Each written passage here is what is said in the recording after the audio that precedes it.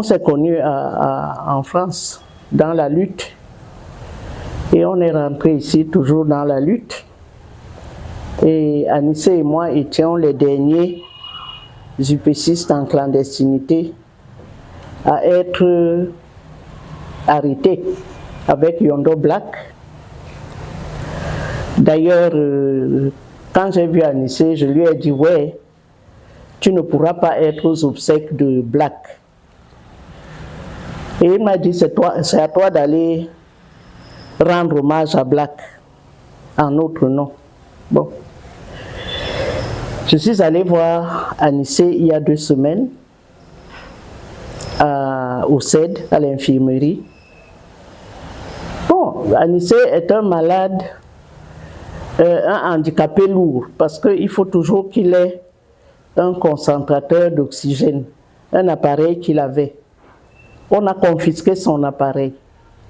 Les avocats sont allés demander l'appareil, ils ont refusé. Après, ils sont venus jeter les appareils à Anissé. Et Anissé a dit, je ne peux pas utiliser ces appareils sans une expertise. Il n'y a pas eu d'expertise. Bon, je devais faire une vidéo hier. Et quand le jeune homme est arrivé, je lui ai dit, je veux avoir les dernières nouvelles d'Anissé d'abord. Et quand j'ai eu la femme d'Anissé, Edwige, à qui je souhaite beaucoup de courage, c'est là que Edwige m'a dit que vendredi, elle était au CED, à l'infirmerie, avec son mari. C'est là que 3 gendarmes sont venus arrêter Anissé pour lui dire on va au tribunal. Anissé dit vous m'amenez au tribunal, est-ce que mon avocat est prévenu? On nous a dit de venir vous prendre. Et quand tous les deux, parce que sa femme était là, sortent sur le balcon, ils voient qu'on est en train d'amener Abba Oyono et Ndjekam Tchameni. Alors sa femme a couru chez l'avocat pour lui dire on est en train d'amener mon mari au tribunal militaire. Et c'est au tribunal militaire que Anissé a fait un gros malaise. On a dû ramener Anissé à l'hôpital, donc à l'infirmerie du camp de la gendarmerie. Et puis je crois qu'il a mis son masque, parce qu'on lui a acheté un appareil, effectivement, d'oxygène.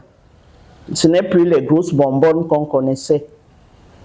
Donc c'est dimanche soir que j'ai discuté avec sa femme en lui disant je devais faire une vidéo samedi, mais comme on n'avait pas d'électricité pendant 3 jours, je n'ai pas pu. L'électricité est revenue hier à 11 h. C'est là que j'ai appelé la femme d'Anissé.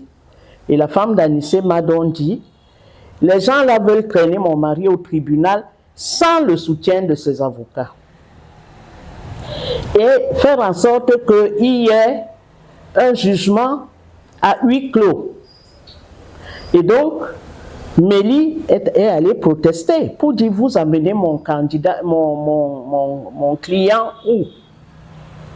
Et c'est là qu'Anissé a fait un gros malaise. On a dû suspendre le jugement qui devait avoir lieu.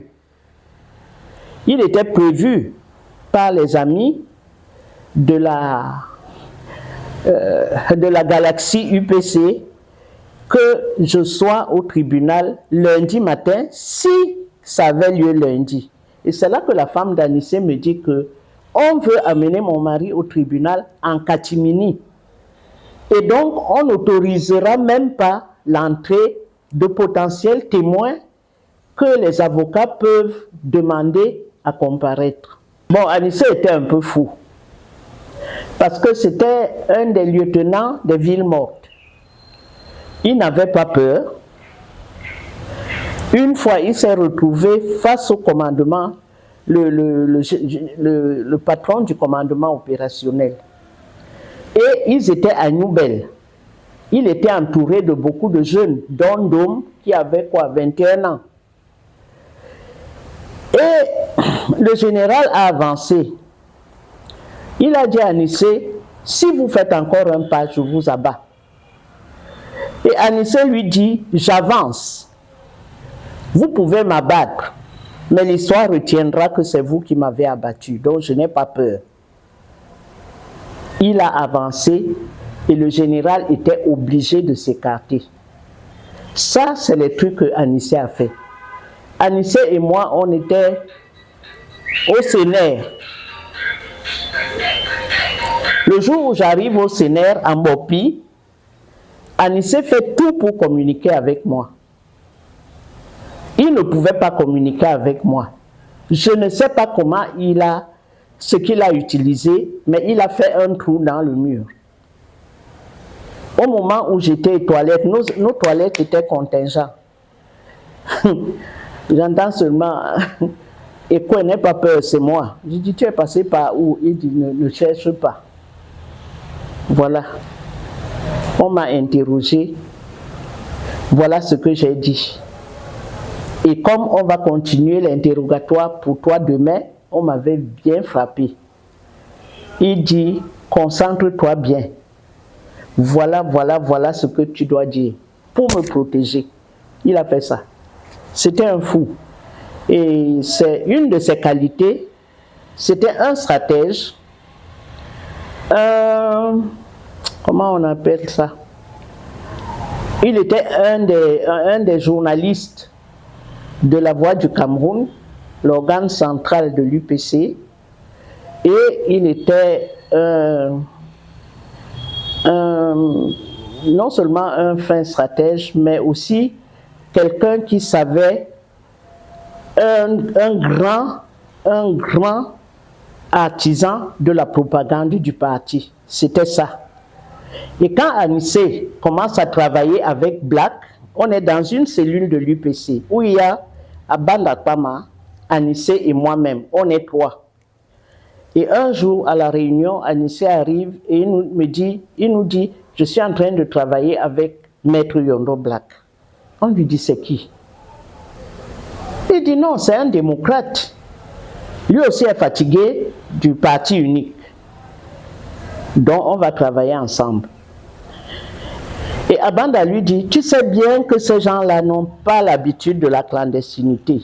Tu vas voir ce qui va arriver. Et qu'est-ce que Anissé nous dit? Il nous dit, si on arrête Yondo, il y aura forcément un procès. Parce que c'est un ancien bâtonnier. Et Anissé a vu juste. Il y a eu le procès.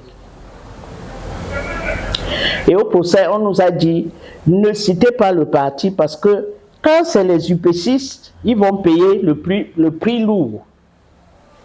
Anissé s'en fout. Il a cité le parti. C'est pour ça qu'il a eu la condamnation la plus lourde, 4 ans. 4 ans. Il nous dit, tant mieux. Il fallait mettre Yondo derrière moi. Et c'est moi qui le coupe la plus grande condamnation. Donc c'était ça, Ikané. C'était un grand combattant. La preuve, c'est que quand il a fait quand il a désigné Issa, et il a fait à une date qui est chez nous sacrée, le 13 septembre 1958, quand on a tué Oumniobé, Anissé est parti d'ici avec Ndjekam Tchameni et Ndom.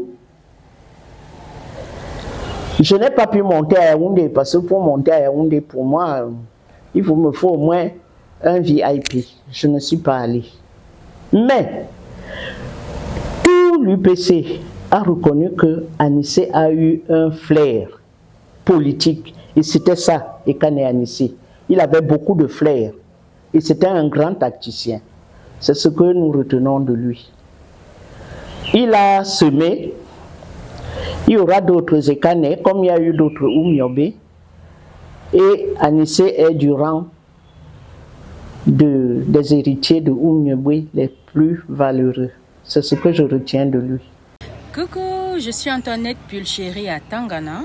Je viens vous parler de la chaîne Cameroun 24 TV. Cameroun 24 TV est une chaîne YouTube qui vous propose du contenu original, séries, documentaires, web-séries, sitcoms et reportages. Alors, je vous invite à vous abonner à la chaîne TV Cameroun 24 parce que après, il y aura plusieurs surprises.